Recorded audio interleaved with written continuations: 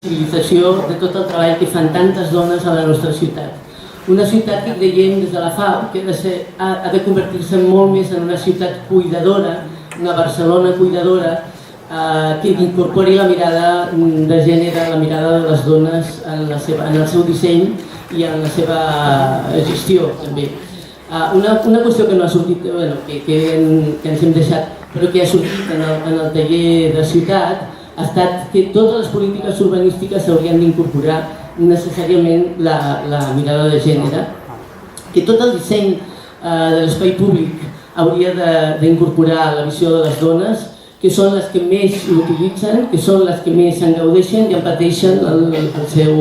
disseny adequat o no adequat, com estem veient ara, per exemple, amb la problemàtica de les terrasses i la mercantilització de l'espai públic, que nega la participació de molts col·lectius en aquest espai públic, que és de tot i de totes, o, per exemple, la dolenta política que s'ha vingut aplicant de disseny dels carrers